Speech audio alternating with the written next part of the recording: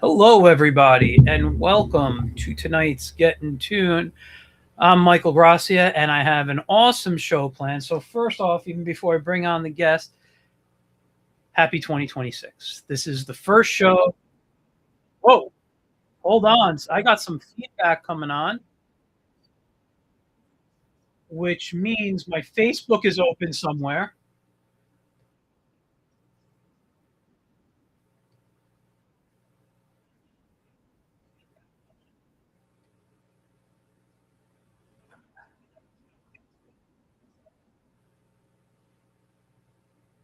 All right, let's see if there's any feedback. I deleted the whole thing there, and now I got to get back to the screen. So sorry about that. What a way to start off a new show and a new year. Um, Crap, it's still doing it. Let's just close out of everything here.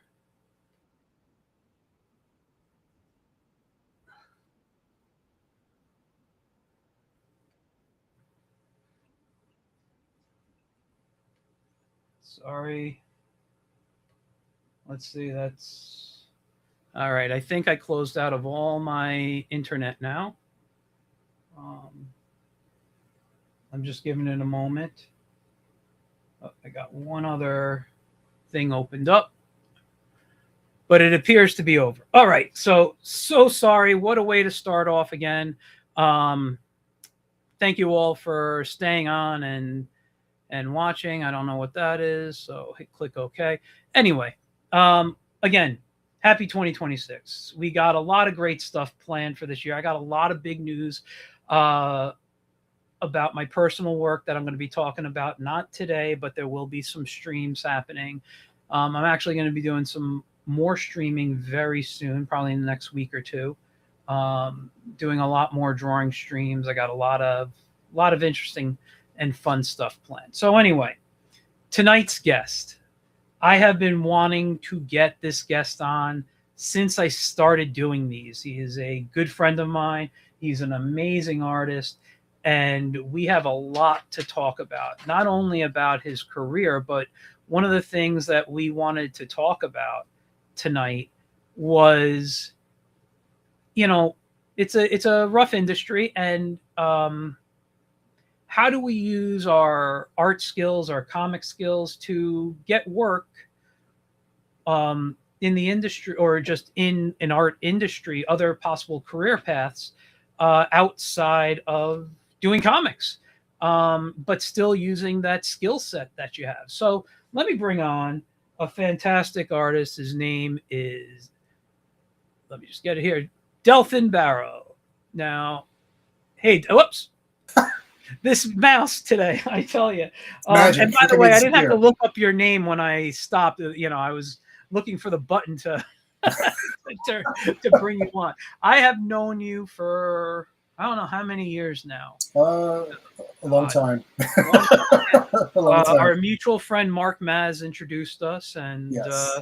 we have a very similar thought process on comics and the types of comics that we like to make. So let me check if there's any chat going on. Not yet. So you guys watching, feel free to ask questions, whatever. We'll talk, but let's get to know Del. All So Del, tell us about your career, your artwork, inspirations, things like that. Well, first I want to say Happy New Year to everyone, all the viewers as well. And again, thank you for inviting me. I know that you've been twisting my arm for the longest time to come here. So I always say, no, I have nothing to say, nothing to show. And I still have nothing to say, nothing to show.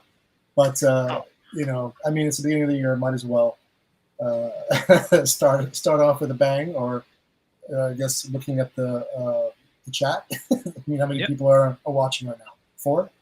See both who's I can't even read who that is. Like, John. I'm sorry, the screen's a little. It's quite all right. I mean, I figured I warned you. You're not going to have a big group of people. Listen, it's okay. We have a group.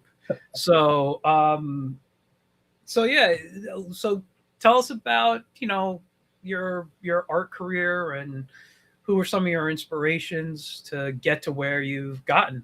Well, let me start a little earlier. I was really influenced by TV and comics when I was a boy. a lot of animation and a lot of comic books. My family was from Spain, so when we came over, my father tried to get me to read more. So comics was the easiest thing for a 5-year-old to pick up and read. So I read a lot of the like Harvey and Archie's, a little bit of superhero sprinkled here and there. But TV was a big influence. Batman, Star Trek, Superman, the old 50s Superman series. So it got me more interested in reading all the superhero stuff. So that got me interested in that. Yeah. As soon as I got older, I didn't. When I was in junior high, I didn't realize there was an actual vocational high school called Art and Design. So that's where I applied and entered, showing whatever sketches I had. Because after all these years, I just I had a huge folder of sketches and drawings. So I passed and I got in. And within those 4 years in art and design, one of the senior year, I was an intern at Marvel. So I got to cut my teeth just learning what the industry's like. This is during Jim Shooter's stay between 84, 85. Okay. And I did some summer work. Should have stayed. I was a little frustrated that I didn't get the job at Marvel as a studio artist, the bullpen. This is before computers, stats, doing the letters pages, just learn pay stuff. That's what it was. Yeah. But they got me back on as an intern. Unfortunately, you didn't get to learn much on staff, but they got you to do other things. So I was doing a lot of fan mail filings and Xeroxing and giving them to editors and the like. So after art and design, I went to the School of Visual Arts, where I really got to meet up with a lot of great talent. I mean, I met the talented artists and inkers and writers over at Marvel, but then I got to actually be taught by really great instructors like Will Eisner, Harvey Kurtzman, Joe Orlando, the other cartoonists that were there. I missed out. Actually, after I graduated, other artists came in like Walt Simonson and Bob Wycheck and some other people that I remember meeting at Marvel as an intern. So we really teachers. So well, it sounds like you had great teachers anyway. I had great. Will Eisner was like the best. He was so much fun just to talk to and reminisce and go over. But I mean, he's a person. I wish he was still alive. He's a person who really, like, as we were discussing about pivoting your art career to something else. He did a lot of like advertising. He did like storyboards and ads, illustrated ads, pretty much. I mean, he's the one who coined graphic novel. Trying to elevate the art style into being something that's not, just for kids. Telling a story. Hold on one second. I'm gonna just switch to my headphones because I hear like a whooshing sound when you're talking. I don't know if it's my speaker. It's the fan. Oh. It's my fan. I'm very sorry. I'm just gonna stay the way it was. Okay. It's my fan. It's just it gets a little hot in here, so. No, I'm the same way. I got two going on right now. So I got a little desk fan going. So okay. If you hear a whooshing sound, it's probably that. Okay. So. Then no worries. Continue. Well, yeah. Will Eisner is a great. He's really the one that got me thinking in my career, like when things began to change. So in SVA, I got to meet up with a lot of other talented people as well, and I got my start in comics with Eternity Comics. I got to meet up with people like Evan Dorkin, Brian Marshall, John Arcudi, Jimmy Palmiotti was an inker in that place there too. Who's the other one? He's a great artist. I forgot his name. He was in Brooklyn. Jeez, it escapes me. It'll probably come back later. So I got to do my own independent, get our own comic book called Libra. He was like a superhero kid, the son of a superhero, and his antics. I only had one issue. Didn't really sell well. But, which, by the way, is on eBay if anybody's looking. I wanted to buy a copy just to have here to show, but I thought about it a little too late. So, but I'm still gonna buy it. It's not. It's not worth reading. Dude, I want to know what it is, and when I see you in person, I want to get it signed by you. You want to get it signed? Okay, you're gonna have such a big letdown. He's like, what is this? So it was my first attempt at doing anything on my own. Yeah. I mean, the idea was a half-baked idea, but it had legs. I mean, Brian Marshall was my editor then, and he's the one who said, yeah, we should do it. So he had confidence in it. So there was something there. It was like a germ of an idea. I mean, if I did do it again, I can't see it being. I mean, a friend of mine even compared it to Invincible. It's like there's no way. I mean, it has a father and son dynamic, but it has a better, huge, world building scope. And I haven't even built the world around this world. It's just this one kid and father. And it was paralleling what I was going through when I was going to SVA, because my dad was like saying, well, you should have a backup plan. Being an artist isn't really all it's cracked up to be, and me being, again, hard-headed teenager, like I want to do this. I'm gonna make it in the field, Dad. You don't know what you're talking about. Yeah. Well, we'll talk about that later. Now that I'm 58, I remember my dad being 58 telling me this, and now I'm 58, so I totally, I wish I could go back in time and be myself and smack me off the crap, off the back of the head, and say, just listen to your dad. So, yeah, so I got to cut my teeth there. And I got to do other things. I mean, I got opportunities thanks to the people that were at Eternity. Like Evan was doing gag cartoons for Penthouse. It was a magazine called Penthouse Hot Talk. So I did some very off-color jokes there. And then I worked for the Bank Street. I forgot the full name of it. Well, there were these little novels, these novelettes. They were adaptations of sci-fi stories, mystery stories, fantasy stories. And then we're done in these black and white pulp novels. So I drew that. I got to learn how to craft my style there. From there, after I graduated from SVA, unfortunately, there was nothing. I actually tried breaking into the field, by going back to Marvel and trying to that's when they wanted me to go back to doing internship stuff again. Yeah. And I got a little, huffy about it. It's like, well, I don't have to do this. I want to do something artistic, and it didn't happen. But well, after that, I had to. My dad's like, well, you're out of college now, get a job. So the first job I had was at a card store. Then I was at a Barnes and Nobles, and stayed there for the main building that was in the city. It's no longer there. Yeah. I worked there for a while, and then a friend of mine from my high school and college days recommended me to another friend at an advertising agency. And this is before computers. Nothing was done, with the stylus or anything. It was done by hand. He was doing storyboards. So it was commercial storyboards for Spanish TV. And I did a lot of stuff for, it was Channel 47, which was Telemundo. So, and I'm bilingual, by the way. So I got to work for an agency that was bilingual. We did Spanish commercials. We did Pepsi. We did Smirnoff. We did a lot of Irish Spring. If you can believe it, Irish Spring in Spanish. So, doing all those things. Then that fell through because there were layoffs. I was sort of new. So, the first to come, last to come, the first to go. Yeah. So I was laid off there, and I got a job at a comic company toy company called Remco. And I was doing, again, using my art skills, I was designing the stickers for the die-cast toys, like for ambulances or police cars or fire trucks. So I designed the badges and the stripes and, all the little decals that go on it.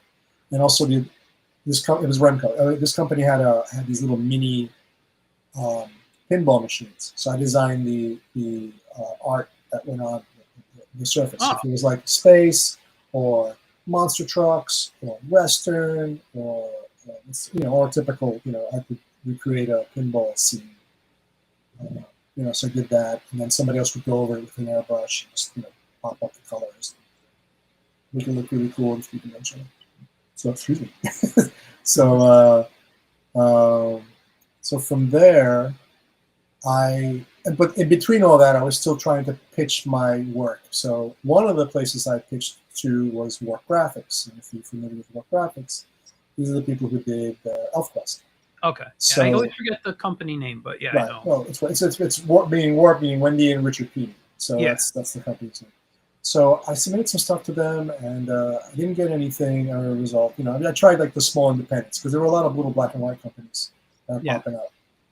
So then 3 years later, I get a phone call. It was from Barry Blair. He was the head, head, I guess, art director there. So he saw my stuff. He liked it.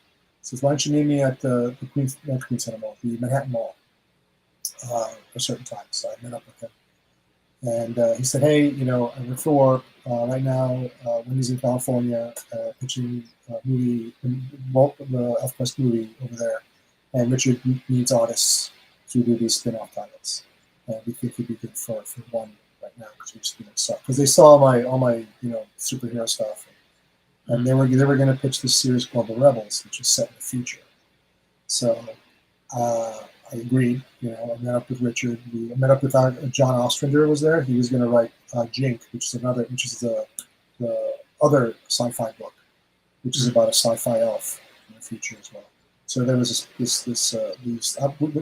my book was sort of like the sister book. Jink was like the main sci-fi story book. Yeah. So in the process, one of the other artists in the group that was doing some of the other Elfquest stuff dropped out. I got to do Blood of 10 Sheets, so I picked up after. So I was doing 2 books a month. Okay. So it was balancing. It was good money. I mean, I was earning good money at that time. So I left the toy designing company and started to do stuff for them. And this was during the 90s, unfortunately. So if Image just came out. Everybody was flooding the market with these gimmicks and tricks and trades. So it's sort of pushing out all the the indie companies. So Warp suffered as well. And that we had to wrap it up. There was no way we could have survived after the implosion. Yeah. Marvel suffered. They almost went out. Almost went back. Image was going with gangbusters. Every single Image title, everybody was buying really copies of it. And what happened? Everything just collapsed after that. So that was hard. Yeah. So it was hard for me to find any work after that. And then I went to my college, and they had like a message board for jobs. So I found a position over at Sesame Workshop. So I submitted some of my work in my comic book. At first I got a rejection, but the art director there, it was another guy who saw my work, didn't like it, and just said, "Sorry, we're going to pass on it." But the art director saw my stuff and gave me a call. I said, "Oh, I just got a rejection letter from you guys." He goes, "No, come meet me. Let's talk." So his name is Russell Zambino. Okay. Great guy. I tried to get in touch with him. So far, I haven't had luck reaching out to him. Great guy, great art director. He took a chance on me. I learned their software, which is this pixelated. It's called 3DO. It's not even 3D. It's this 18-bit animation. So you could do animated Muppets running back and forth. So I became part of the interactive department. So we did a lot of those. If you remember CD-ROM games. Yeah, that was my first job in the industry, was character design for CD-ROMs, and then oh, cool. I moved into animation at the company.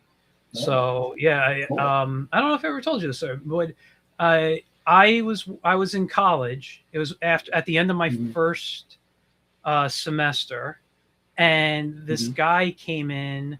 He got a flyer in the mail for the college that I went to, and he's like, "Oh, I'm starting a new company."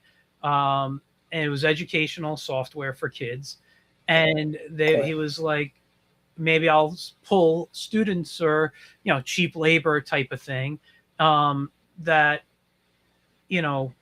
because they had the software he needed." So he came in, he looked at portfolios, and there was a program called Director that I was using. And okay. Director at the time, if you remember the video game Myst, they built that. They built that in Director. Yes. And fun game. I miss those kind of first person. Yeah, I'm the same way. And what happened was, I wanted to make animated cartoons, but my class was about making interactive things happen. So I animated my characters, but they would be like, press here and watch this character walk across the screen and do something. And then he gets across the screen, and let's say he had to go, he went into a kitchen. Well, now press here, you can open a cabinet. And I didn't realize I was making video games. Really, I was like making these little video games. And the guy's like, you're exactly what I need. And he loved my cartooning style, that I started designing 2D characters and characters that would be built in 3D later. And then and then I moved up into animation, did some editing, I did a bunch of stuff. And it was one of those jobs where like I quit every couple of months, and or the guy wanted, because this was one of the best learning experience. The guy was from Korea, and I was in school, he knew my deal, and he told me one time my paycheck was a lot less, and he's like, well, you're scheduled till 5 and you leave at 5. I go, yeah, because I have classes to get to and I'm scheduled till then. And he's like, well, in Korea we stay late. And I cut him off. I said, we're not in Korea, we're in America, you have to follow the American laws. And I said, you need to pay me the rest of the money. And he was very, no, I don't. And I said, well, I have a contract, this is what I'm supposed to get paid.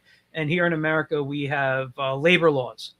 And I basically, threatened the guy, but he was like, oh, you're fired. And then I'm like, okay, pay me what you owe me and I'll leave.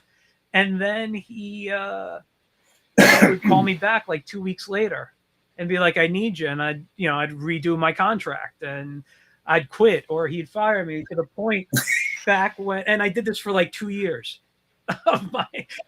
Man, you're a sucker for punishment. I was in school and I needed the money, and the money was pretty good for the 90s, I was like, here I am, 19, 20 years old, and, my friends are doing jobs in the mall and I'm making like 20 an hour. It's like, how do you say no? And then one day he screwed over all his people and they all quit on him. And I was done. And he gave me a call.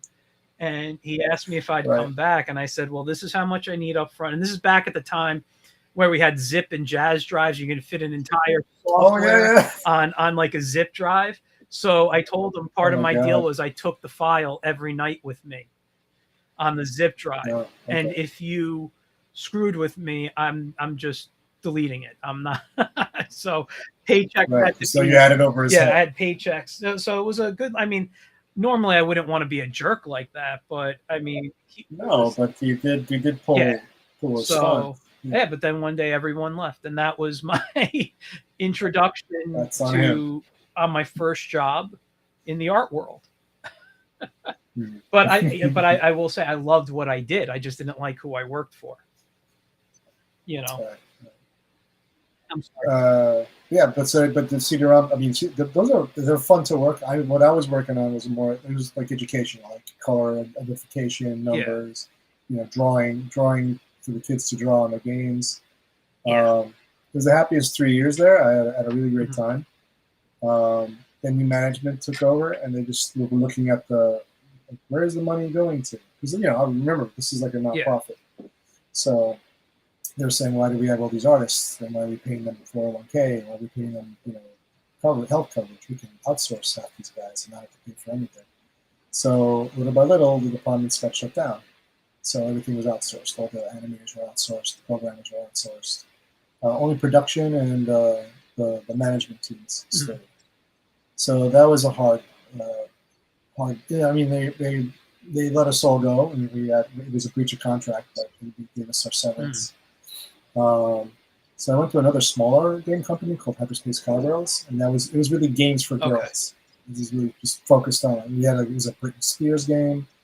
There were other cute games, like we had a Cheerios game that just didn't work, unfortunately. We had a Stuart Little on the mouse. We had a Stuart Little game, and Spirit. There's an actual video of a kid who did this Game Boy game based off Spirit, the Stallion of the Cimarron, the horse. I know. That one. So we did a game, which was you can collect the horses. You're like either a Native American girl, Native American boy, and you're trying to rescue these horses away from these wrestlers. That sounds cool. Well, apparently, if you watch this video, if you find it, this is one kid reviewing it, and he raked that game over the coals. And I was the art director for that game. So he's like, it's boring. It's what's this nonsense? Why do I have to keep inputting these codes?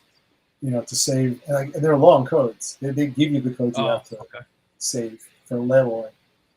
And I mean, I didn't program the game. I just basically made sure that all the assets work. Yeah. So that was short-lived because after 9/11, doors shut down and companies left New York to go to the West Coast. And obviously, backers pulled out. We couldn't keep afloat. And again, I was just like, what am I going to do? And I mean, I had small jobs. Not to say that I didn't find anything at all. I mean, I had small jobs with other writers would want a vanity project done or commission here and there. I would usually get somebody who would be the Elfquest fan who wants a cutter or NASA or Skywise or Alita, draw it. But it's it's far in between.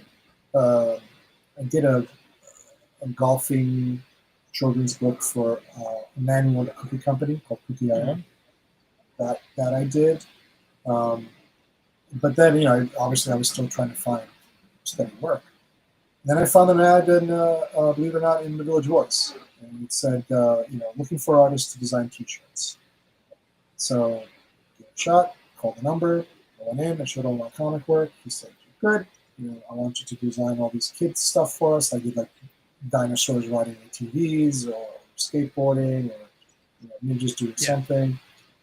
So then they pivoted towards license. So I was doing a lot more license stuff. So I was doing Astro Boy, Star Wars. When the Star Wars movies were being reissued, the prequels. Okay, yeah. The first three. So it was a second movie. I think it was the Clone Wars. Okay. I was doing a lot of artwork for that, and the Spider-Man movie came out with Dr. Octopus. So I was doing all that stuff. So I got to learn more about apparel, and I stuck with it because one, I knew the licenses better, and another thing is that my mom was a sample maker, so I knew all about fabrication, how to neck drops and high point shoulder, and all these different things that most people wouldn't even know on the first shot. And I knew about cotton poly and all the fabrication. So it seemed to be something that stuck with me for a really long time. And I've been at it since 2003. So I've been working for apparel companies, and in between, I've been doing other things as a cartoonist. So, I usually get again, authors would approach me. I want a book done. Could you do me a character? Could you design me a shirt? Could you design me a flyer? So I got to do my cartooning, but I had a 9-to-5, steady check, coverage, which is great. I was by 2008 I was married, so I was still working for different companies, and I had I could support the family, and I right now I have a child. I have a 10-year-old right now. So I've been at this since 2003. I'm at a point now that I'm working for a sweater company called Jollidays. So if you ever go to jollidays.com, check it out.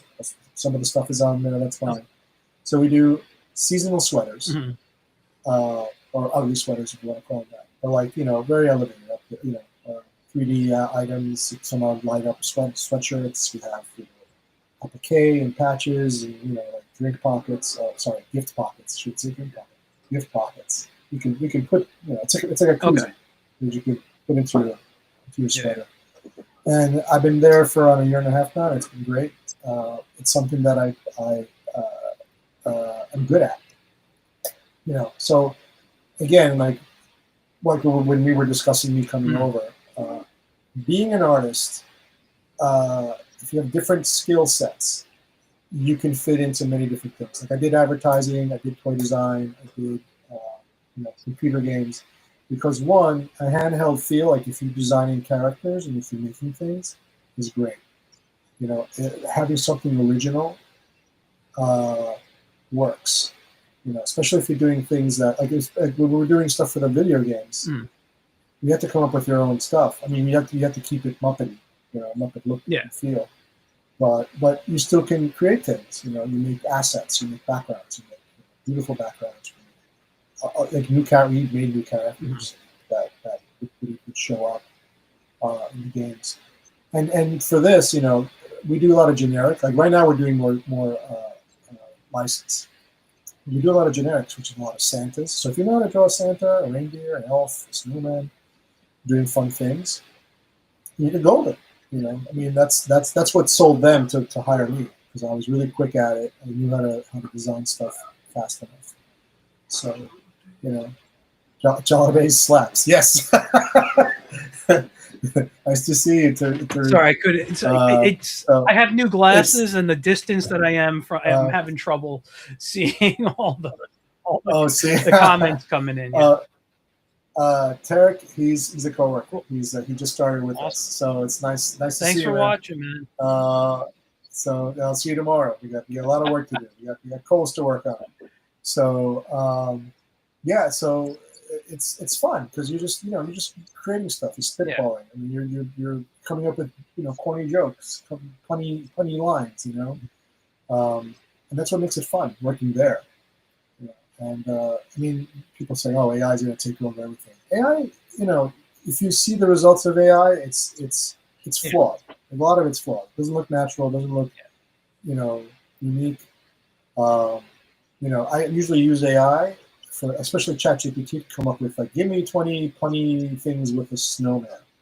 It'll give me some nice, funny, lines that I can use, and I base that off of an idea that I can draw. So that's the extent of that. Yeah. When it comes to well, also you just got. I mean, I think because I have a lot of my audience are artists, and I just want to say this: there's a difference between something like ChatGPT and generative AI. If you're not asking ChatGPT to create images for you, it's not generative. It's just basically it's almost like a word processor in a way. And I know I've had this conversation with you. I've experimented with AI in both versions, the generative and ChatGPT, and I only did it because I wanted to see what it was like. Right. Like, what's this process? How does it come out? And I realized looking at it, it's not something for me. It's not something I want to use to create. It doesn't help me visually as an artist. Right. But the ChatGPT, I could see the use for that with, I've watched some YouTube videos, and I know people looking for work have used it on their resumes, and people use it to just sometimes take notes and get legal advice or whatever before they go consult a lawyer about stuff. Right. So I've seen it used for that and watched videos, and I think that type of stuff is kind of a good use of it, but yeah, the generative stuff, just no, thank you. It did. I did it. I took one of my pieces and had it animated, and it gave the character 3 arms. Right. Grok, right? Did you use Grok? Yeah, Grok. Because I've used Grok in a lot of my drawings, just to see what it's like. So I was just, I did one. I had a Gigantor one, which was like, whoa. I mean, it's amazing, but I mean, I can't make any money off of it because I can't. Yeah. I'm not making a series. I can't make a cartoon out of it. It's like 6 seconds. Yeah. But I mean, I'm fine with it animating my drawing. I'm not cool with taking other people's stuff and then, this Frankenstein thing. Of other people's works. I mean, that's to me, if it is, it's unethical. But I mean, I've seen stuff that a mutual friend of ours, Jay Piscopo, has done a lot of these crazy rendered, and this is his stuff. It's his own artwork, right? Exactly. And he uses it to be rendered out in different, I guess, if you want to call it different styles. I've been trying to get Jay on to come and talk about it because I'm very curious about his process, and just schedules haven't lined up. Let me know, because I would love to. I want to pick his brain, because that's just. I look at some of the posts he put, and it's just like, so he must be cross-platforming a lot of these things to generate this one, and it's like a movie practically. I mean, that to me is like he knows how to prompt. I think he knows how to really. But I will say this about Jay's work. And I think I've said this to him, I do prefer his classic style before the AI. Right. Even though the AI stuff that he's doing looks good, he has this kind of like Jack Kirby, Wally-Wood, and like style. And when I look at it, I'm like, God, I love, it's just so classic and iconic as a comic book fan. Yes, that I want to see that more than than what he's doing, but I think what he's doing is is amazing. Well, I agree. I'm always going to lean towards hand drawn more than Yeah. anything else. I'd rather see somebody's sketchbook than an Instagram. Yeah. Well, I mean, I have an Instagram account and I always put my stuff up. Excuse me. But I mean, even in my some of my Instagram has the grok stuff, but there's a big portion of it which I'm gonna lean to this as well. I did these little jokes that I would slip into my daughter's lunch bag. I made these little they're corny dad jokes. So I made these little videos of me opening up. First you read the joke, then you read the start of the joke, and then you read the punchline. Yeah. So that was all focused. And then someone who was also doing kid stuff. It's a family in Jersey. They're doing this TV show called Ruby Ride, In the Art Room with Ruby Ride. So they like my work, and then they have a YouTube channel. Correct. Right? Yeah, it's called In the Art Room with Ruby Ride. And yes, I think I've seen some stuff. And I've done kids books for them. So again, it's like getting your stuff out there, especially with your hand drawn stuff. You'll get noticed, and I got noticed by this family, so they've been making me, or they hired me to help out with making me. Yeah. No, they hired me to do a lot of their swag. I did a lot of their T-shirts and some of their stickers and labels. I did 3 books for them. I did 2 more books. One's a coloring book. That's awesome. And another one, it's another kids book. It's not out yet. But great family. I mean, again, it's like you begin to network with other people. So it's not like, get your stuff out there. Put your stuff out there. You're going to be noticed. A lot of times, and I get questions like, how do you break into the field? And, I mean, I'm not working for Marvel or DC, but I enjoy doing stuff on the side that I can do. I mean, I'll do a kid's book if the price is right, obviously. I'm also working with a young lady named Susan Pappas. She's a fashion designer, but she has some ideas. I'm doing children's stories based on museums, like museum art and fashion art. So we're sort of working on that right now. We're hammering out details.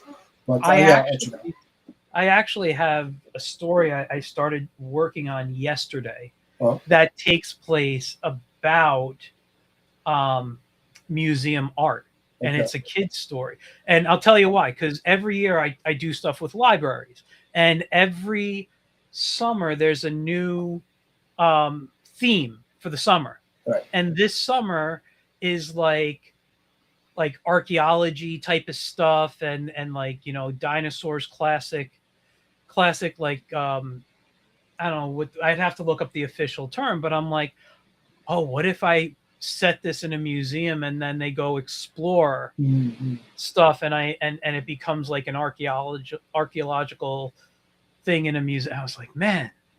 So I mean, I'm not giving the story away because it's not really going to be a long kids book, but it's something to create the workshops that I do, to base the workshops. You could Indiana Jones it.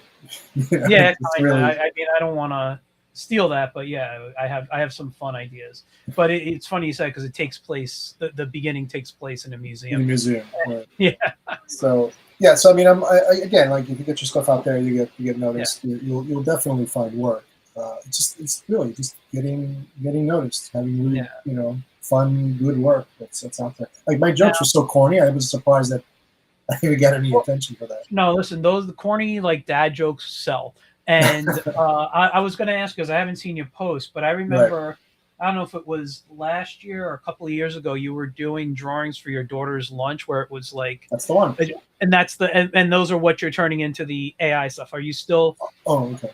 Are you still doing that though? No. I think the the novelty burnt out. So I think my daughter's friends in the lunchroom did not appreciate it as much as she did. So I didn't want to embarrass any further. I love those. Those are some of my favorite things of your morning posts. I look forward to that when you were doing. It was a year's worth. I put up a year's worth. It's like every day I did one, and I had to wake up really early to do that. I usually prepared my wife and daughter's breakfast in the morning, but I'm preparing her bag. Yeah. quickly, get a piece of paper, rip it up to a certain card shape, and I'm using your crayons, so I'm using my brush pen, doing all the things, and coloring it up, and sneak it into her bag. So it was always fun. It's always fun to put up somebody's bag, and I love kid stuff. I think because also find your audience, and I think I really, in the beginning it's always like I want to draw X-Men, I want to draw Spider-Man, Batman, all of this stuff. And honestly, I've done small conventions. I do like the Forest Hills convention that I usually tell you about, like Long Island conventions that they had. The really small, family-friendly ones. I enjoy them. Just nothing really too big. And I enjoy talking with moms and dads. When they say, "Oh, what do you?" And I recommend, it's like, "Well, have a B plan.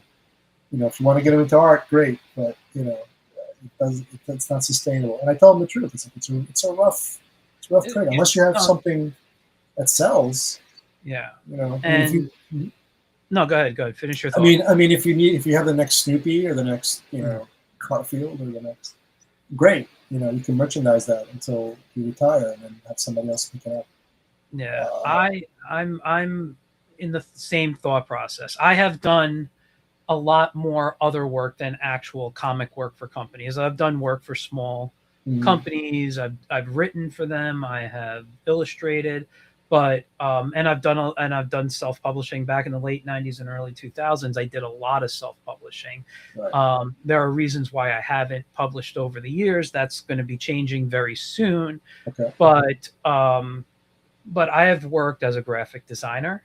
I have worked at, I mentioned the other stuff I used to do back in the late '90s. I was doing like the Flash web banners for, remember when those? So I would do those. Yeah. Wow. Geez, I did a lot of teaching though.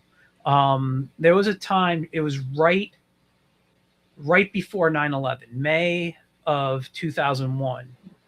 I was working a day job as a graphic designer, and I was actually kind of getting to the point where it's driving me nuts. I need a break, and I needed to do something because I just, I didn't have any comic ideas at that time, like outside of what I was working on. I'm like, I couldn't get other work. I was like, I didn't feel I had an outlet. So there was someone I was tutoring, and she was teaching their studio art class, and they're like, oh, they're looking for someone who knows digital work. And I was tutoring her in digital art. And she was like, let me put a word in for you. So I got a job out of college. It was my first, I don't want to call it my first real teaching job, but it was my first college teaching job. And I stayed at that school for 16 years. Sometimes I freelanced during the day. I worked nights from 2001 to just before 2008. I got married in 2008, and I was like, I want something. I was working like 3 different jobs. I did a lot of after school programs. I did night classes, and I was still freelancing. So freelancing changed every now and then. I'm like, I need a job that kind of has more full-time regular work. So, because I don't want to be all over the place when I get married. I want to spend time with my wife. I want to be home. I want to rest. And so I went to all 3 jobs that I was doing, and I asked if any of them had full-time outside of the after-school program I was with, because that was just after school. And it turned out that one of the daytime instructors left, and they're like, you're one of the favorite teachers at night. We'd love to bring you over during the day. So from 2008 to 2016, I worked full time during the day. And I was out, but it was great because I was out by 3:00. So, so, and for like, of those 8 years there, I would say 4 or 5 of them, I almost didn't work on. I basically didn't work Fridays as well. I worked Monday through Thursday, and a couple of terms I did work Fridays, but then I would get like Monday and Wednesday off. So things kind of balanced out for me. I was very spoiled when I was let go from that when they were moving people around, and I got let go with a few other people, and but I was very upset because I'm like looking for new work, and I'm like, I'm not used to working these late hours. I'm not used to working, you know, 5 days a week. This was insane for me. Welcome to reality. Yeah, that's what my wife said to me when I told her.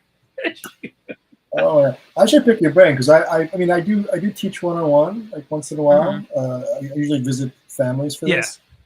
When I thought about, I mean, I was considering I'm going to city colleges and teaching fashion, like not fashion, Yeah. but taking creating fashion out of your art. Yeah. So like putting your characters on tees or pants or whatever prints or I need to learn that so we can sit down. Oh, sure. Okay. I mean, anybody can. Anybody can open up a store. Yeah. You have a Redbubble store or anything like that. I mean, if you know how to do a repeat pattern, if you know how to do a graphic, Yeah. That you can. Passive income is great to have. Yeah. I mean, I even have a Redbubble. I mean, I'm not making any great passive income there. It's a Redbubble account that I have with prints, but I've seen my prints and I've seen other people's prints, and it's just like they'll either match or they'll blow you out of the water. I mean, some of these guys are just crazy with their incredible designs. I mean, I do what every other person has done, unfortunately. So if it's like, I have like a cheetah pattern with like the cheetah spots might have skulls in it. So, it's like I call it like goth punk cheetah print. Whatever. Yeah. So.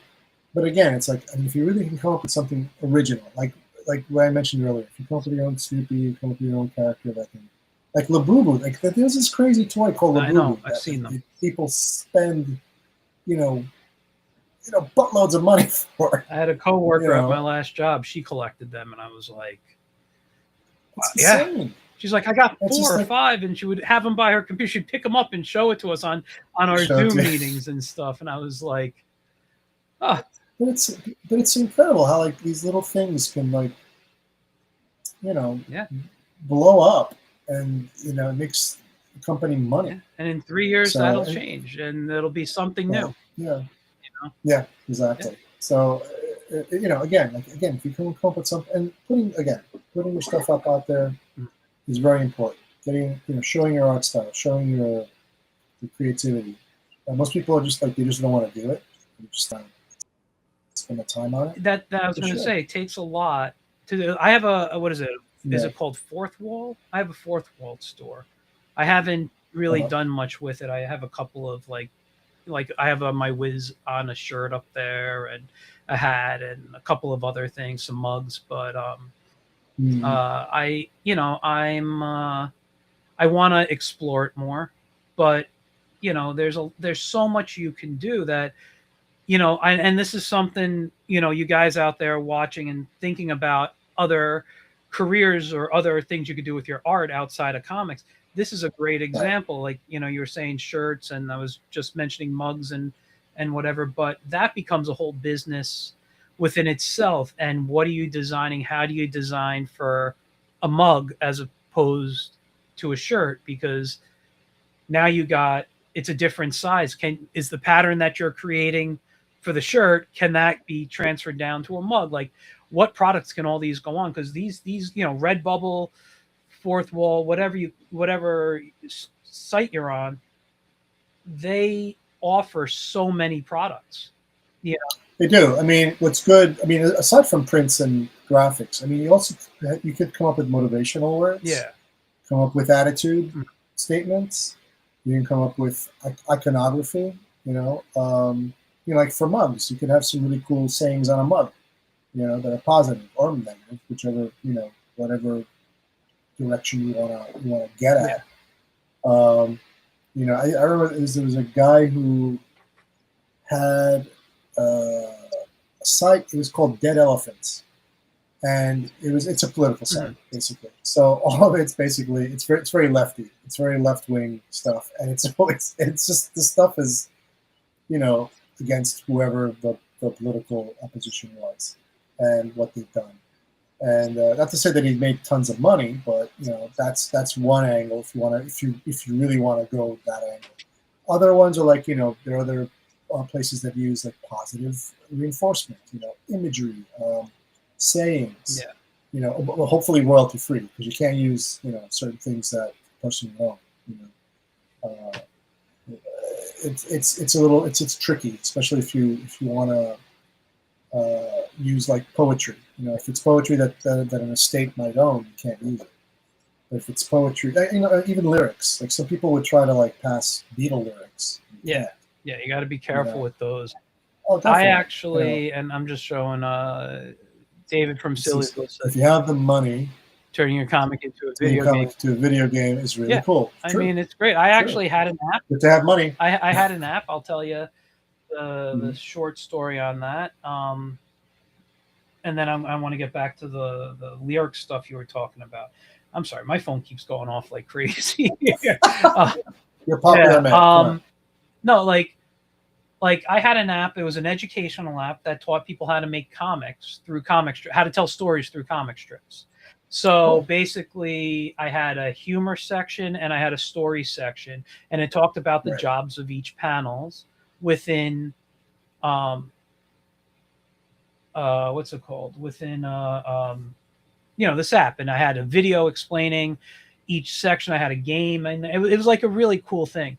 And I had it on the App Store for Apple, and I had it on the Google Play Store. And I didn't go crazy. I didn't sell a lot, but I sold some. And then things changed within the Apple Store and the Google Play Store that they got kicked off.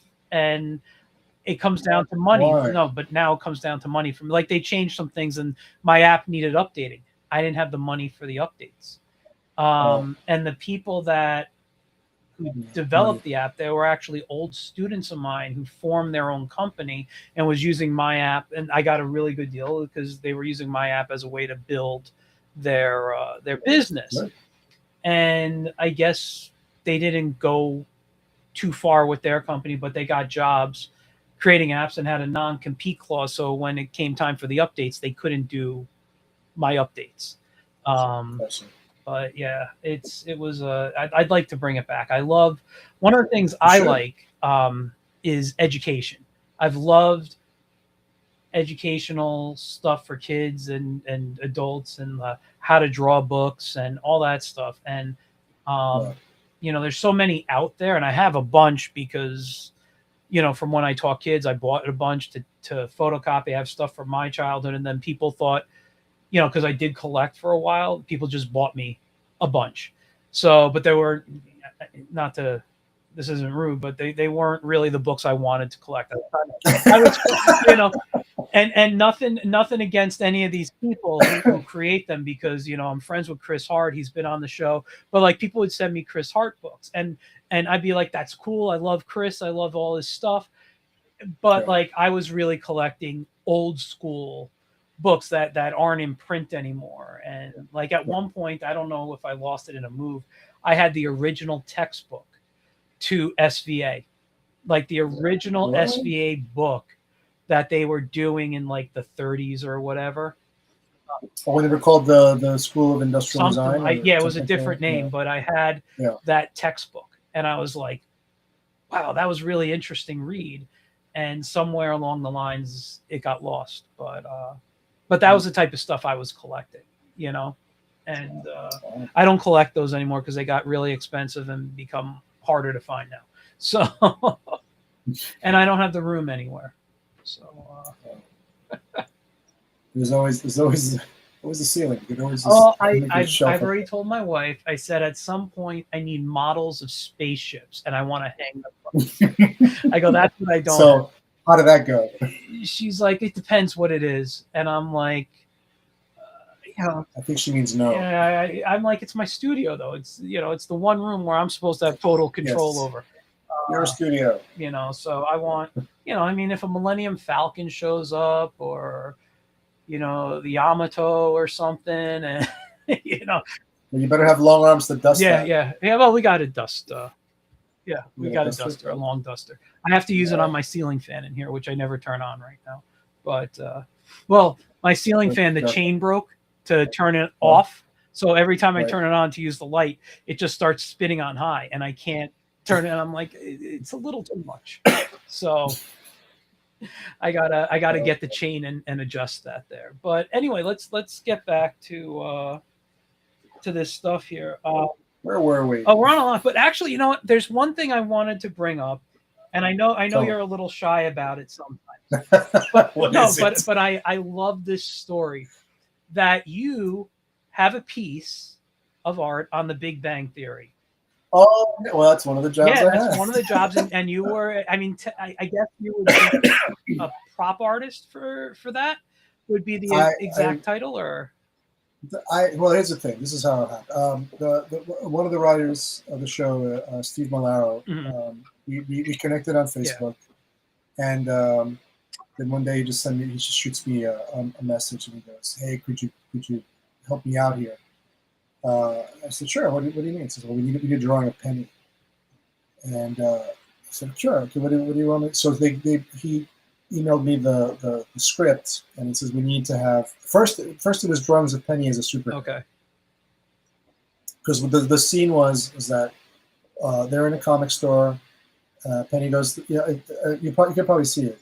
There's an actual link. Yeah. No, I've actually looked it up because listen, my wife and I watch that show a lot, and every time I see that episode, and I know it's your work, they hold it at an angle, so it's not like where they're up like this.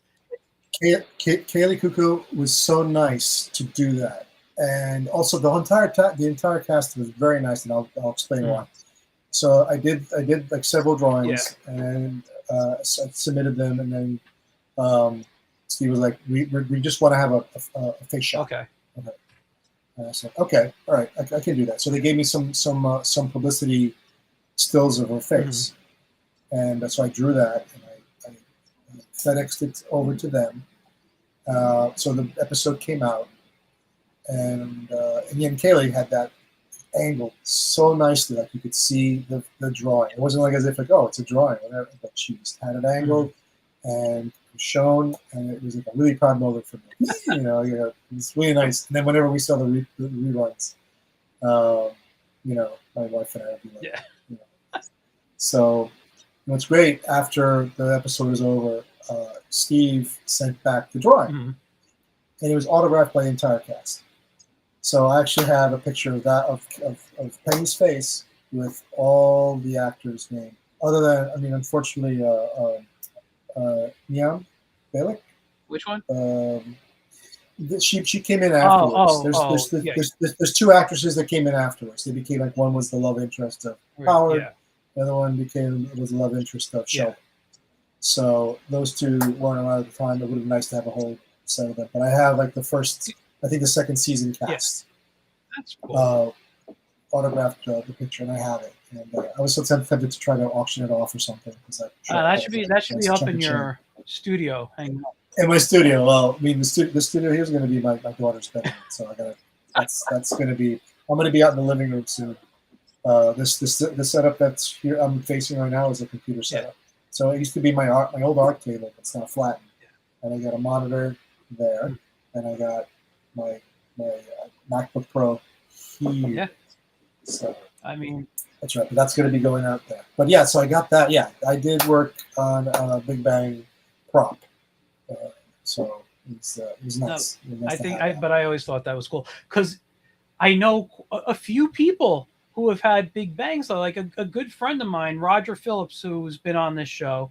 He did a comic strip called The Gray Zone, little single panel stuff, and he created a model of a UFO like sucking up a cow, like it was beaming up a cow, and he had it on his table at a show, and someone, I guess, saw it and loved it and asked him if he can create it for the Big Bang Theory. So when you walk into, when you see Raj's apartment, and I think if I remember, like you walk in, and it would be, I guess, to the left on the shelf, on one of the shelves there's a UFO beaming up a cow. It's an exact replica of my friend's model that he would bring to show.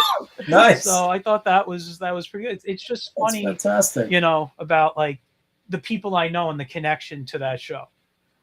it's funny because after the first few seasons, a lot of comic artists, the big names, started to contribute to. I think it was even Jim Lee did a picture of. It was a joke in the show where Leonard was drawn like Lionel. Yes, I remember that. And it was drawn by Jim Lee. So the popularity of the show became so big now. You had everybody just being involved in it. But because I even asked him, like, "Hey, if you ever need any more work," and he goes, "Oh no, we got guys now." So like, oh, okay. So they got bigger names to it's okay. You started it for them. I started, right? I got the ball rolling. That was me. All me. So yeah, that was I completely forgot about that. I'm surprised you remember that. But yeah, again, it's like this is something that I do. I do little small jobs. Listen, you're gonna have to come because right now we're talking about work you could do, but we haven't even talked about your love of anime and manga, but that's a big influence on you. You know, but I like retro. Yeah, I'm the same. I'm like Monkey Punch and Go Nagai and Neji Matsumoto. And my phone case I bought off Temu. Oh my God, Mazinger Z. Gosh. Okay, that's Go Nagai. And in America here, it was I keep telling people this just because a lot of Americans don't know. In the 70s, it was called Transor Z, and that's how I knew it until about the late 90s. Until the late 90s, it was always Transor Z to me. Transor Z. That's a weird name. It's so strange. So I was introduced to Mazinger when I spent a year in Spain. When we were living in the States, and then there was one period of time we went to Spain, and it was a different. For some reason, we went there, but we stayed there for about a year and we came back. But in Spain, a lot of the TV shows, there were a lot of imports. So it's American cartoons. A lot of them are Japanese cartoons as well. So one of them was Mazinger.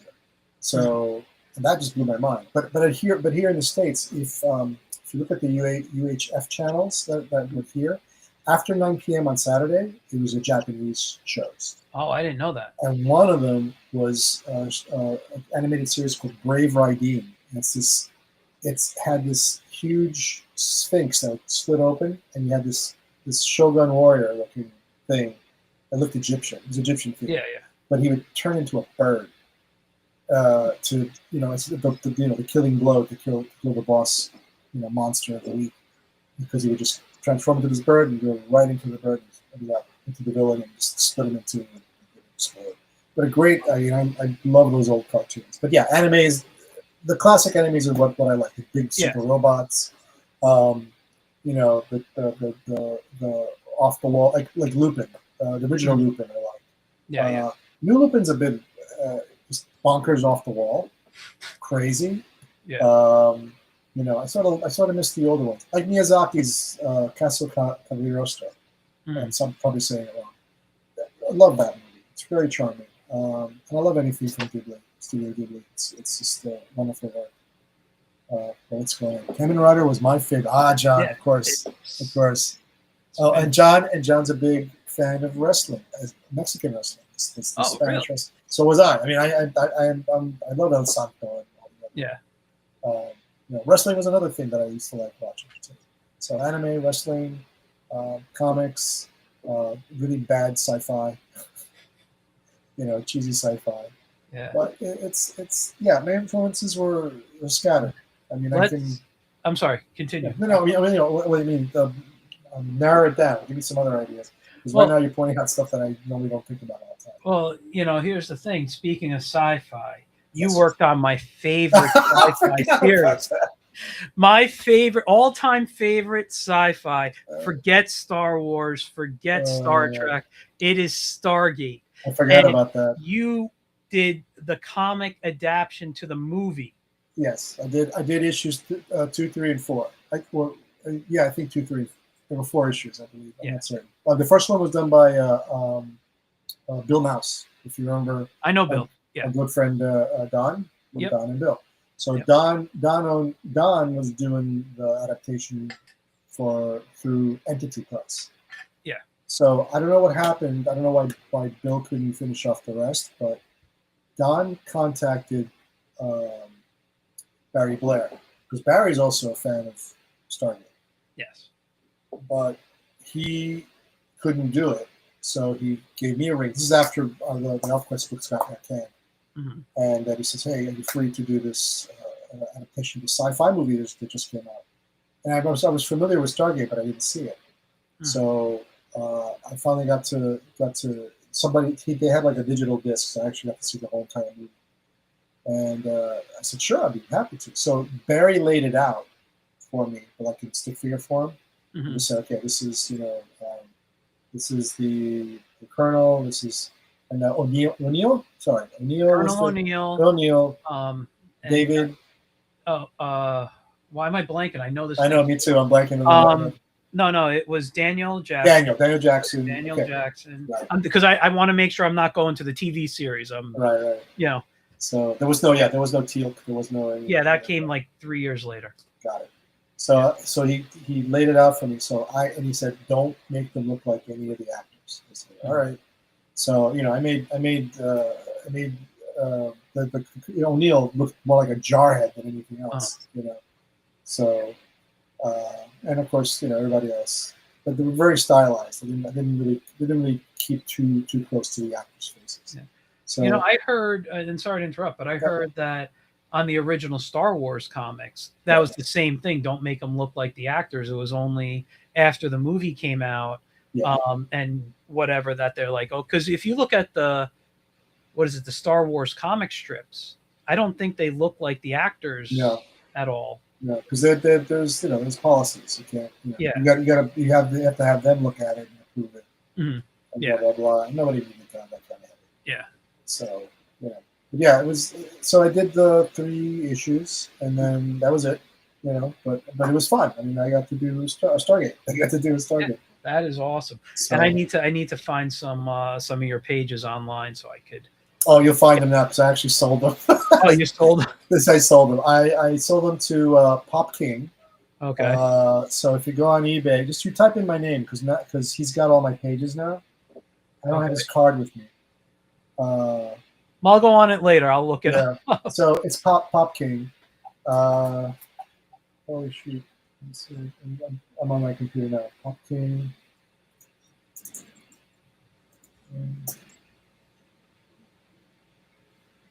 There we go. Pop King. So it's Pop King Shop, original cartoon animation and comic book art. Okay. So if you go to popking.com, shop all, type in my name. I should pop up. Oh, I didn't know that. It actually had some Disney stuff in there too. So so if you want to buy some of my old Elfquest stuff, my old Stargate stuff, my old I had like a big stack of comic pages, and I got a nice chunk of change for it, which is pretty cool. So also commissions. If you get to do commissions, you can do some you can get some good money out of it too. So it's another thing to do. I have a website called Custom Comic Gifts. So what I do is I have if you want to have like a birthday card with your boyfriend or girlfriend or whatever, or an anniversary, whatever, you two can be dressed up like cartoon characters of your favorite movie or comic book, whatever, but looking like yourselves, but as the characters on the page. So that's another thing you can do. Caricatures are also very good. I've done parties. So I've actually done like bar mitzvahs. I've done birthday parties. I've done retirement parties. I'm just drawing caricatures of people, and it's like a good, $700 to $800 for per party, and you have free food, free drink. It's always fun. It's you network that too. That's one skill I can caricature in a way when I cartoon. If I'm trying to develop a character and has to look like someone, I can kind of like old Looney Tunes type, right? But I can't like do the caricatures like the traditional looking. Oh, you're walking Disney World, and hey, you want to sit? I don't have that in me to do, but I can like what I've done, and I do this at shows, and I do take commissions on this too. I call them cartoonatures. It's kind of like what you said. That's a great name. I should have thought of that. And what I do is I draw people. So if you say, hey, I want to, be Superman. I'll draw a cartoon version of your head, but I also say, do you want it in a comic style or like an animation style? Right. So then if it's a comic style, I'm going to kind of try to be as close to a comic book looking piece. If it's animation, it could end up looking like, the Bruce Timm stuff, or, Right. I'll be like, what style? You want a cartoony? And then that's Looney Tunes, Hanna-Barbera, or, Yeah. So I don't know. But that's how I do those. Oh, of course. I mean, it's anything that again, like just taking your talent and just trying to make something out of it. I mean, it's really just thinking it through. I mean, I came across the apparel thing quite by accident, and it worked. It stuck with it because I did games that didn't last long. I couldn't find any other gaming companies that would take me. Yeah. Because things were changing. Because you were learning Flash, MS Flash, or well, now it's called Adobe Animate. Adobe Animate. But right. So you needed to know new software, and I was a slow learner when it came to that. Yeah. So I couldn't fit into that. But like apparel, it was easy. I mean, I learned Illustrator and Photoshop, so I knew how to create images through that, and that's something that was very easy to learn. Especially if you're doing like you have to know color limitations and other things. When it comes to apparel design, especially if you're sending it to a factory. But that's, I mean, again, it's a learning curve. It took me many years, like over 20 years at this time. Yeah. But again, I mean, if you can pivot to different things, like doing a kid's book. I mean, we have so many services. I mean, we have publication on demand. You can do stuff through Amazon KDP. You don't need to submit your stuff to Marvel or DC or anybody. You can create your own comic series. I have said many times that even though and this is how publishing works for the most part. If you have a publisher behind you, it just means you have a name to help sell the book. Right. Especially if it's a big name, you're looking at something like Penguin or whatever, you have a publisher behind you, that's it. But at the end of the day, you still have to do your promotion. If you do a print on demand site, all the money's going to you unless you're paying someone. Everything's coming to you. There's no cuts, no splits, no nothing. And if you're going to invest your money, it should be on like social media and how to promote your sales online to get either print or digital copies of the book and direct them to it. So I think personally that's where money should be going for independent people. Right. Because I mean, listen, that's a full-time job in its own, and it's time. If you're like, let's say, running the company, you're the artist, you're putting the book together, you gotta, maybe you're running a crowdfunding, maybe you're doing whatever, and then so there's so many hats you're wearing. The social media you don't want to do. Give that to someone who's really who knows how to do it. I mean, it's when you're coming up with your own stuff. Again, it's like you got to self-promote, you got to put it out there. It's like no one. Again, it's like no one's gonna find you if you don't show it. Yeah. And again, like social media, like I said, you need to have a face. You need to have, that's why I have a dolphin in a barrel, because I mean, this doesn't bring you anything. But if I have that symbol and you recognize what it is, and it's a kid-friendly cartoonist, that's me. I mean, it's not on the ad that you that you put up. That one was a little blurry when I enlarged it. Oh, did you? Okay. Yeah. Oh, I should have asked for like a high-res copy and just dropped it in. I'm sorry. Gotcha. No, it's fine. I mean, that's usually that's my brand.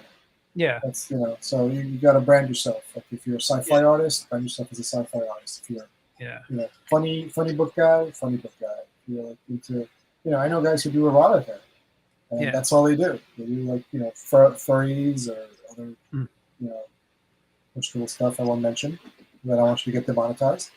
So it's just there's always an audience for someone. If you can hit that mark with whatever art style you have, you make money.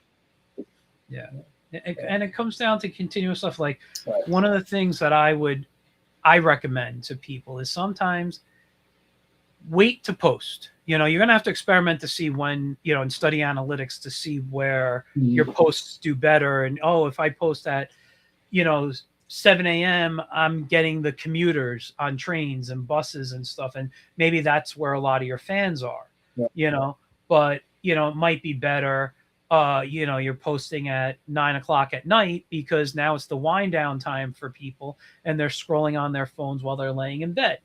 So Right. who knows? You got to experiment with that. But what I sometimes will recommend is say, okay, if you're going to start this, don't start right now. Wait a month and spend the month creating your art, creating enough to post at least once a day.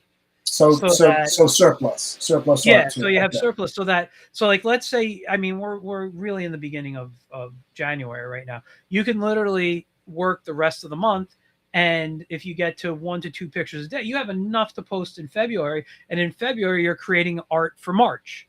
So you're always staying ahead, and you just, even if Right. it's just doodles or whatever, you can always do a spur of the moment post and be like, Right. hey, look at what I just did, I'm very proud of this piece, whatever, blah blah blah. But if you set up, the work Mhm. early, then you don't have to work, because you can schedule posts. Right. So you could be like, I mean, I don't know if Instagram does it. I haven't tried it on Instagram, but I used to use like Hootsuite. I don't know if you know that. But It sounds familiar. I never used Tutsi. yeah, until they took away my free my free access, I was like, Yeah. But Hootsuite was a social media kind of platform. Like I could set up to go to Facebook, Instagram, Twitter, the whole, like, all at once. And or say I want my Twitter to go out at 7:30 p.m. and my Instagram to be at 10 p.m. And it's so like it's like an Outlook function. Like if you want to like send out an email. Yeah, kind of like that. But you could have also done other stuff with it. I only used the free version, so I had very limited access. But I was able to track all my social media that I used within the app, because I was able to create pages that I got my feed in there. Right. And based on that, I could study when people are interacting with it. So it was a great service. And there's other ones out there now. Right. That might be better. I don't know. I haven't experimented with it. John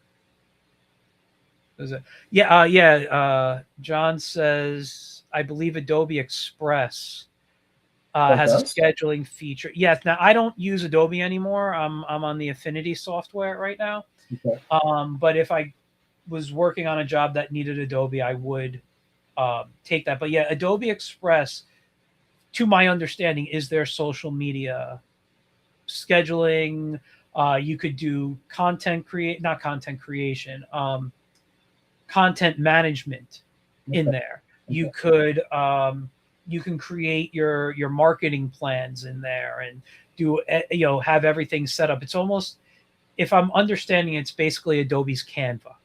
Okay. Oh, okay. So it's but I've never used it because I got rid of my Adobe a few years ago.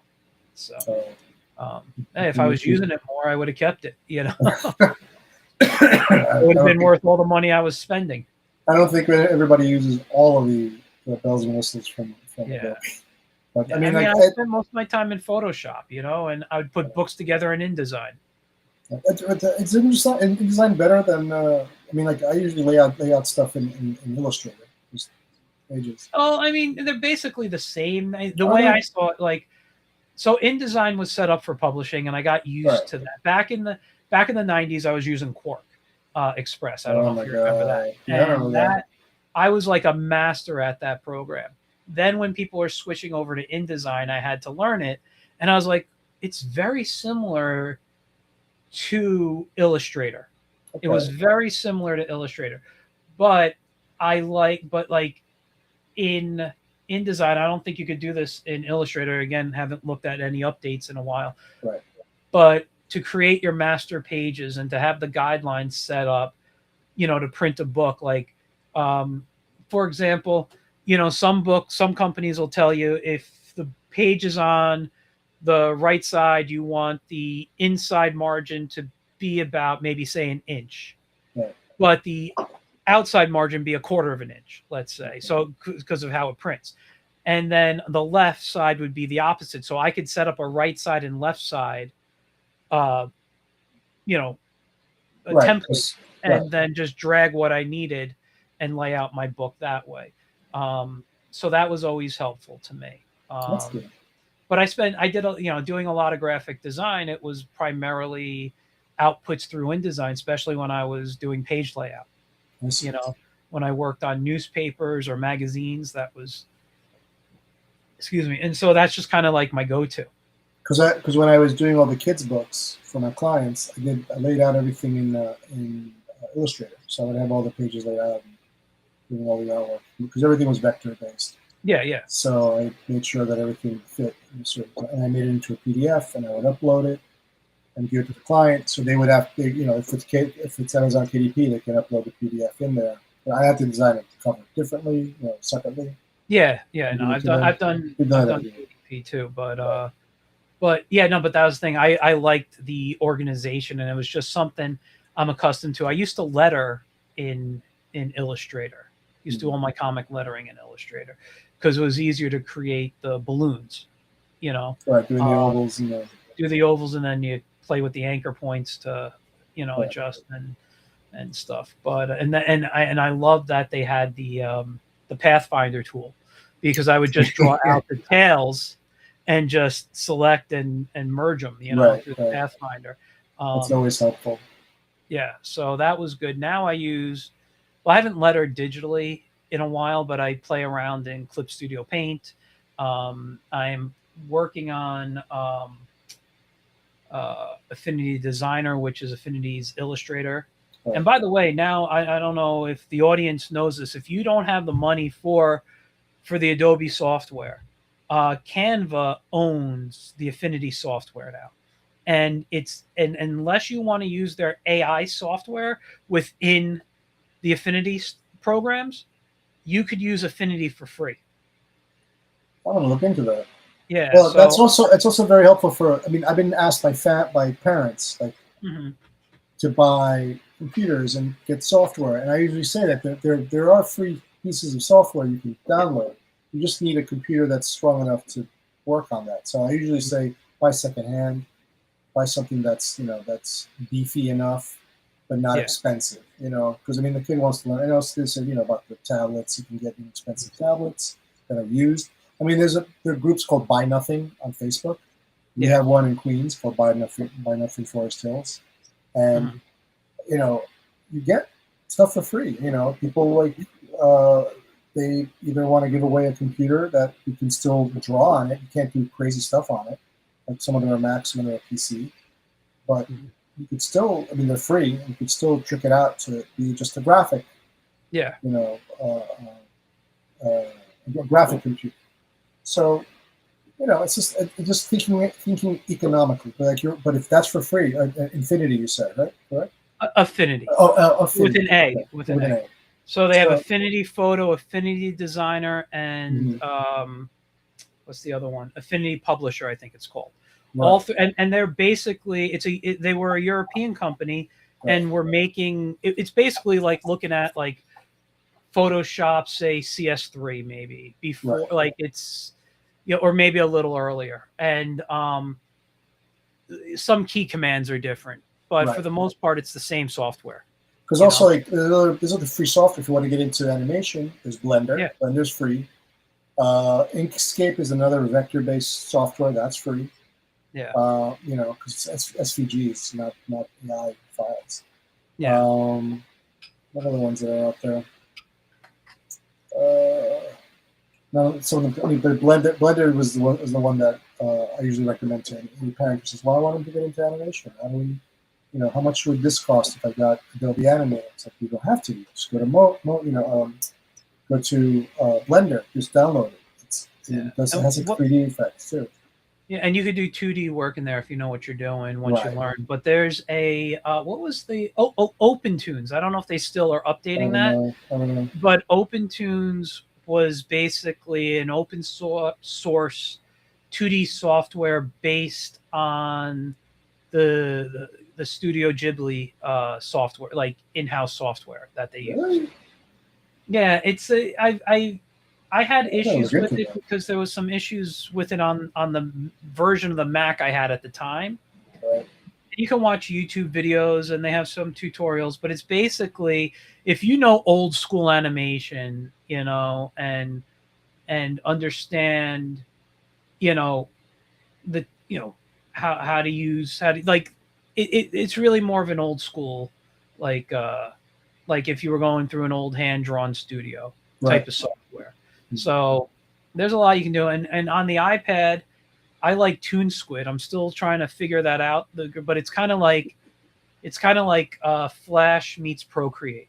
Like it draws almost like Procreate, but it's got the great stuff of Adobe Flash or Animate, whatever you want to call it, with tweening and doing a few things. Features that I liked in Adobe Animate. So and that's only like $10, I think, too. To own entirely. Yeah, I think maybe $10 or $15. I don't remember what I paid for it. I haven't used it in a good year, but I'd like to get in and play with it some more because I haven't really animated, and that's the only software I have now that I left Adobe Animate.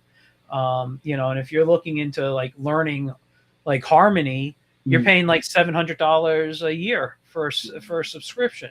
So, and I don't even think that's the full version. I think that's just above the basic version. Right. So it's the middle of the road version. And I'm like, it gets expensive, all of it is. But the thing is, and this is the thing, like if you want to, we were talking about, you want to create a comic, create a comic. There's self-publishing. Yes. Same thing with children's book. You want to do, designs on t-shirts, Redbubble, Fourth Wall, all these sites are out there. You can put them on phone covers. And I mean, come on. I got this off Temu. All right. I paid like $2 for it. All right. You don't think someone just printed this up and mailed it to me? Like it was, it's nothing crazy. And don't get me wrong. I did buy a few other things. My latest pencil case. Which one's that one? Oh my God. Dude, I bought a few things. You're going Mazinger crazy. Listen, number one, what I'm working on right now, my manga, it's about a giant robot, and it was highly inspired by Mazinger and Voltron, and like this is a design I think for the father I was just playing with. So I'm kind of trying to capture that 70s era of cartooning. Like I was drawing him again. I have it right here. And I feel like I lost the 70s style. I was kind of going maybe a little more modern. So like 80s. That's an 80s cut. 80s, probably a little more 80s. Yeah. But I want to keep that, 70s, because the stuff that influences me, and we've talked about this, but that Gundam, Star Blazers, all those old cartoons from the 70s and 80s. Yeah. And and don't get me wrong, I love some of the new stuff, but like, when I saw things like Fist of the North Star, I was like, that's what like, a superhero body should look like to me, like in that era. And that's how I was drawing the characters back then. And, it's I love just all that old classic stuff. I'm not saying the new stuff is bad. It's just, it's not the same. Yeah, I can't fall into it. I really, I don't know what to say. I mean, a lot of people have been pushing some of the more contemporary stuff on me, and it just doesn't hold. But I guess I'm just being biased because I just like the old stuff more. No, we're getting to the grumpy old man stage. Yes. But like I know. I would tell you, I think knowing you, like I have a figure from Spy Family, Lloyd, who's the father in the show. Yes. I think you would really enjoy that show. It's basically the thing is he's a spy, and he has to, get close to someone who's always in a school. So now he needs a daughter or a kid to go to this school. So he just picks up a kid out of an orphanage. And they push this kid on him, and she could read minds. Okay, and all right. So she's like, so she knows he's a spy, and he hasn't told her. And then he's like, I need a mother now. So he meets this girl, and and says, you know, I got an apartment, you could stay there, and she's actually an assassin. So Okay. she doesn't tell, you know, so the father doesn't know she's an assassin. She doesn't know the kid could read minds, Right. and nobody knows it except this little girl. Right. And then they get this dog that used to be experimented on by the military, and he sees the future. Somebody was smoking, making this stuff This up. is, So. I gotta say, I mean, I don't know if it's good for your daughter. I don't remember the age group on it, but oh my God, I crack up. I still have to watch season 2. Season 2 just came out. Okay. The first season cracked me up so much just because of the insanity of it. And I'm like, this is a great show. Wow. This is something worth watching. You know, obviously, you know, my coworker brought it up as well. I you know, I mean, he's giving it rave reviews. So, you know, I mean, as you are too. So I guess it's yeah. I would say that Vinland Saga is amazing.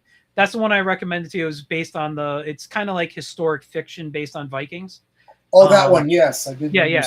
And that one's on Netflix. I don't know where, because I have the Crunchyroll app, so I watch Spy Family on Crunchyroll. I don't know if it's on anywhere else, but the Vinland Saga. And again, don't watch that one around your daughter. You know, My Hero Academia is pretty good. I haven't watched the latest season, which is the final season. Right.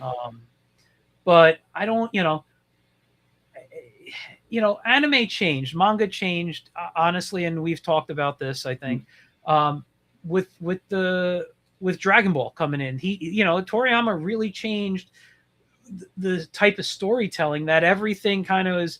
We got to get to the next level. I got to improve. Which is cool because now there's more interesting character development for whatever whatever character you like. It's always, they don't always win all the time. There's a failure. They learn, there's lessons. But if you watch Naruto or read it, it's Dragon Ball again. You know, it's basically, you got Naruto. I mean, and listen, there's a lot more to it. It's different in story, but he's got to get better. He's got to constantly prove himself. And he's always trying to learn, and he's Goku, you know? Right. And I'm like, not that I hate it. It's just, I've seen the story. Right. You know what I mean? So it's like a repetition. Well, here's the thing. One of the things I like about anime, or even early anime, there's a finite life to these characters. They don't. Yeah. If you kill them, they're dead. That's it. You know, they don't. They resurrect. You know, like Cowboy Bebop. Mm-hmm. Right. I love Cowboy Bebop. Yeah, great. And Spike, I'm gonna ruin it for people who haven't seen the well, it's been around long enough that. Okay. So Spike buys it. Yeah. In the end, he buys it in the end. Like he says his goodbyes to his friends. It's such a heartfelt ending. You know, it says goodbye to Faye, to I forgot the cyborg's name. You know, it's been a while for me. I don't remember their names. You know him. You know, everybody sort of disperses. Like they break up. They go their separate ways, and then he has to. You know, like his story wraps up. Like he dies. I mean, he fights someone who really affected his life, and he dies. So, and again, like that's the end, and it's a satisfying end. It's not like it's a off, you know, sunset, you know, feel good ending. Yeah, these characters are flawed. These characters are, you know, even in all the other old anime movies as well, or shows, I should say. You know, like Lupin wasn't perfect. Yeah. You know, even the characters from Star Blazers, you know, all of them were. Oh yeah, absolutely. I just rewatched. Well, I'm actually in the second or third series of Star Blazers right now on the Crunchyroll app. But is it the new one you're watching, like $22.99 or something like that? Or I think that's the one I'm on. I don't remember the newest one. Right? Maybe I'd have to look it up to see where I'm at, because they have like three or four different series. Like there's one after the original. This one's supposed to take place like I think 5 years later. Mm-hmm.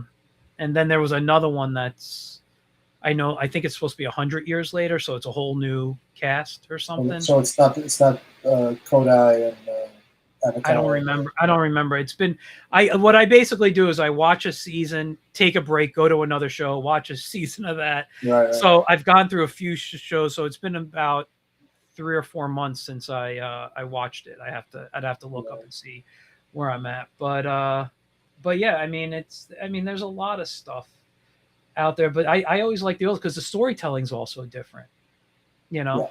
Yeah. But they are all character driven, which you don't always see in American stories, you know, where it's more plot driven and I think that gimmicks, the tropes, you know. Yeah, and I think that's why, you know, I don't want to get into this right now, but manga's maybe outselling is because the story, you know, it's a different story, and you're falling in love, if you will, with characters. I mean, not crushing in real life, but you know what I mean. Like even the side characters become really cool, you know. Well, you have a connection. Yeah, I mean, there's something that you can connect with. You know? Yeah. So, but and manga's about anything. You know, it's just not, I mean, you know, we're sort of focusing on the sci-fi hero, superhero, spy, that kind of thing. But that's what we like. But I've seen, like, you know, books about cooking, books about, you know, maintaining a hotel, books about you know, I mean, I have a Viz collection of it's a sampler. And one of them, which I was just thumbing through it. It's about this girl who grows up a hunter and a butcher. Like she learns from her dad, but she wants to be a boy. She wants to be a male, so she's secretly injecting hormones into her to become more masculine. But it's not showing that. Like the first story is that she's going to the doctor and she's oh, do you see the beard now? Like, she's showing like the hair coming out of her chin. It's like, well, you have a long way to go. So this is the first story. I guess I don't know how it's going to play out, but she does not like. She wants to live up to her father's not image, but like ideal. Okay. You know, like he wants her, like, I want you to get married, I want you to have a family, I want you to be with somebody happy, whatever. She's like, I want to be like you, Dad. I want to be independent. I want to do stuff like that because he's a widower. So it's a strange. That story in itself is like, so for that it could be compelling. I mean, I was kind of interested. What's in her mind? Why is she thinking like this? And I actually read it, and it's her story, and I was saying, oh, I want to look at next story like that. But that's a manga. That's something that they made, you know. So it's not just another funny one. I wouldn't even call that funny, but I'm saying this other funny one. It's called Rooster Fighter, and it's a rooster who looks so badass that he fights kaijus. Okay, that just fights kaijus. That sounds awesome to me. And you got to read. I mean, I think it's called Rooster Fighter. If I think it's right. But that looks bonkers, but fun to read because all you see is like speed lines and this angry rooster just pecking the crap out of these monsters. Anyway, that's just something that I just came across. But I mean, you know, nothing. I mean, I haven't bought the series, but the sampler had all these different things in it. But amazing that manga has any topic. Yeah, I was walking through Barnes and Nobles. Was it yesterday? Just killing time, and I'm looking at what they're selling, and you know, I mean, not that I haven't seen them, but I you know, there's a lot of sports manga out there, and soccer and stuff. And I will say this about Barnes and Nobles, and this is very, very sad. In my opinion, I went to the graphic novel section after looking at the manga, and you know how they have a column of shelves, and then there's another. So there were 3 columns in the graphic novel section. One column. The top 2 shelves were or 3 shelves were DC. The bottom 2 were Marvel, and then you go to the other 2 columns, all independents. I mean, like that's pretty telling to me. Sure. You know, you have a you know, like a 6 or 7 column shelf front and back of all manga, and then you have 3 shelves of graphic novels, and literally only 1 column is you know, dedicated to mainstream, and the rest is all indie stuff. I'm like, that's very interesting to me about what people are looking at these days, you know? Right. I'm just looking at the clock right now, so Yeah, no. I was gonna say, I know. I gotta get catch some shut eye because it's been a really rough day today. I know. I got an early morning myself, so But I want to thank you again for inviting me. This has been fun. yeah. I'm sorry I wasn't greatly. I don't have any news or comics to show. Or You're gonna come back now that you know what this is like and Sure. how easy it is to do. Sure, You'll come thank you. back and we'll promote. Oh, absolutely. I mean, if not, I can. I'll co-host if you want me to. Yeah, I can always use a co-host, make my life easier. You know, Sure. I won't ask the questions. I'll be like, you guys go. You guys just chat. Well, if you brought Scott Shaw again, I'll definitely chew his. Well, I'll see what I could do about that. I have been wanting to reach out. I mean, I'll I'm sure. Look, you're gonna have to have a new list of guests to bring Give me a list of people you want to talk to. Sure. We'll see. Oh, okay, me. All right. I see. All right. Well, listen, thank you for coming on. I really appreciate it. No problem. You know, everybody can find you. Well, on Instagram, you're at Delfin Barral Cartoons. Cartoons, yeah. Are you on any other social media you want to give out? Facebook. I'm on TikTok. I'm on Threads. I'm not on X anymore. But I'm on Blue Sky, but I don't really do any of that now. So yeah. I mean, it's just you can find me on Instagram. That's kind of easy. Instagram or TikTok. So I do stuff there. I do commissions. Thank you, Rio. Yeah, I mean, I'm around. So if anybody wants to reach out, have questions or commissions, I'm open. And if anybody wants to go on eBay and buy his Stargate pages and send them to me, my birthday's in February. There you go. All my stuff now is like I sold a big portion of my artwork over at Pop King. So Steve Shanes is the person who you should reach. Okay. He's the one who got my stuff and not putting it up. And again, I do commissions too. So if you have anything in mind, I have a website called customcomicgifts.com. Check that out. Birthdays are coming up, anniversaries are coming up, anything like that. I can, how did you say? Cartoonitures. Cartoonitures. So I'm taking a page from Mr. Grassley over here.